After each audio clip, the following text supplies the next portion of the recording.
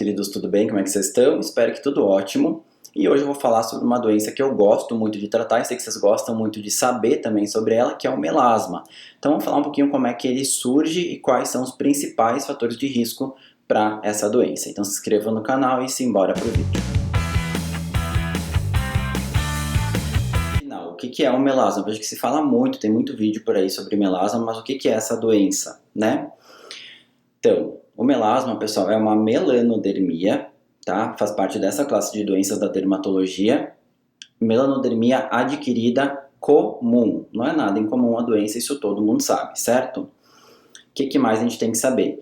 E ela é resultante de uma hiperatividade melanocítica, ou seja, dos melanócitos ali na camada mais superficial da pele, que é a epiderme. Lembram lá? Epiderme é a primeira, ali temos a derme como segunda camada e aqui embaixo a hipoderme. Sabe pelos estudos, né, pelas estatísticas, pessoal, que é uma doença que acomete mais as mulheres, geralmente acima dos 25 anos. Não que não possa ter antes, né, mas geralmente a partir dos 25 anos. E eu quero aqui também falar para vocês que é muito comum em homens também. Tudo bem, concordo com os estudos, tá? Quem sou eu para discordar?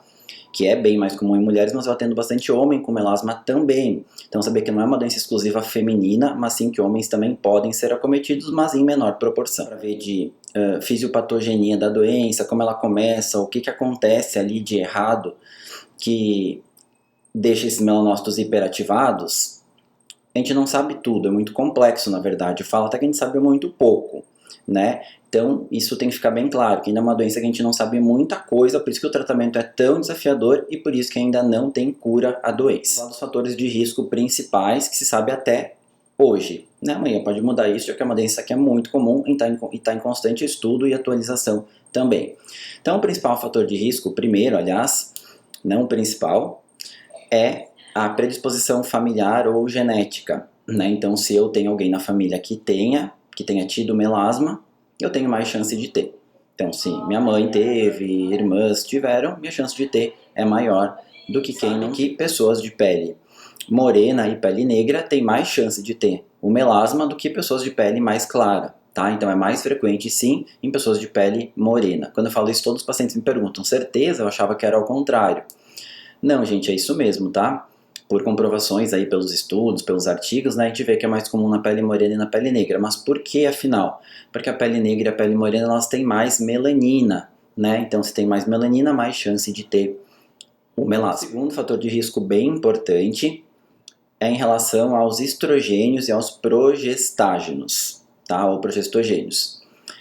Então, se sabe também que mulheres que fazem uso de anticoncepcional oral ou fizeram terapia de reposição hormonal têm mais chance de ter melasma do que as que não fizeram. Mas aqui eu quero que vocês fiquem atentos a uma coisa bem importante. Não é porque aquela paciente, né, aquela mulher, ela fez uso de anticoncepcional que ela é obrigada a desenvolver melasma. Não é bem assim, tá? Senão, olha só quantas mulheres fazem uso do anticoncepcional oral e se a gente parar para ver, poucas têm melasma, né? Não é a maioria que tem.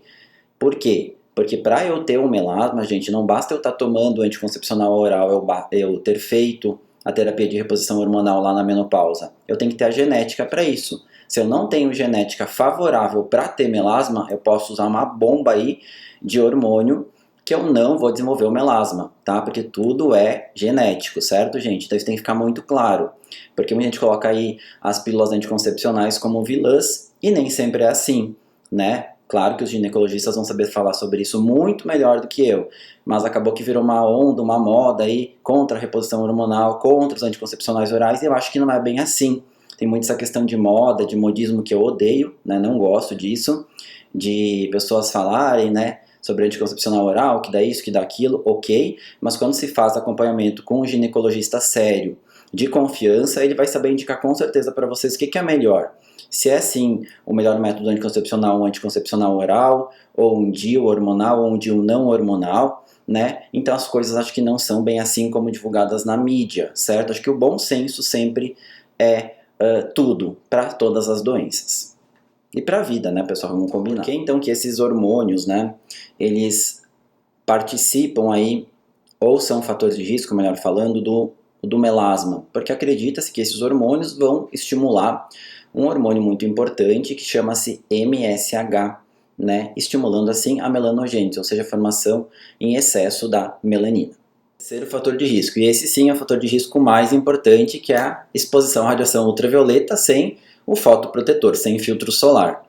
Então, por que isso acontece? Então, se sabe que a radiação ultravioleta ela vai estimular vários hormônios aí, como por exemplo o MSH, que eu já citei, né, que é o hormônio estimulante aí dos melanócitos, também a corticotropina, interleucina 1 e endotelina. E o que esses 4 hormônios vão fazer na verdade? E a interleucina, que não chega a ser um hormônio propriamente dito. Eles vão estimular os melanócitos epidérmicos a produzir mais melanina. Disso, a radiação ultravioleta vai promover também, pessoal, um aumento da expressão de um receptor chamado c-KIT, lá na enzima tirosinase, né, que eu já falei anteriormente, né? A tirosinase é a principal enzima envolvida na melanogênese, ou seja, na formação da melanina. Então, olha como a radiação ultravioleta ela é o fator mais importante. Ela vai estimular lá o MSH, a endotelina, aqueles hormônios que eu citei, e além disso também vai agir nesse receptor aí c-KIT, dessa enzima tirosinase, promovendo o aumento aí da melanina também. Então, por isso que a gente fala quando trata melasma, né, o principal, mesmo para evitar uma crise, uma recaída, é o uso do filtro solar por esses todos os motivos que eu citei agora. De risco relatado seria o uso de alguns cosméticos, não concordo tanto, mas vou falar para vocês. Então, principalmente os derivados do petróleo, os psoralênicos, né, usados no tratamento aí da psoríase, mas que se usava lá antigamente, hoje em dia não se usa mais, né? Eu faço bastante psoríase, a gente não usa mais, bem retrô, aliás. E outros medicamentos fotossensibilizantes, o que é isso? Então, aqueles ácidos, né, que passam na pele, vamos supor que o paciente não retirasse no dia seguinte e pegasse sol. Então, também contribuiria para a formação do melasma. Mas, enfim, estou citando aqui porque está nos estudos, mas concordar mesmo eu não concordo. Risco, esse eu concordo super, é o que eu vejo bastante aqui no consultório. Em relação ao fator emocional, ao estresse, sim, ele está relatado, ele tem estudos comprovando que o estresse ou ele pode gerar um melasma ou ele piora aquelas manchas que a paciente ou que o paciente já tem.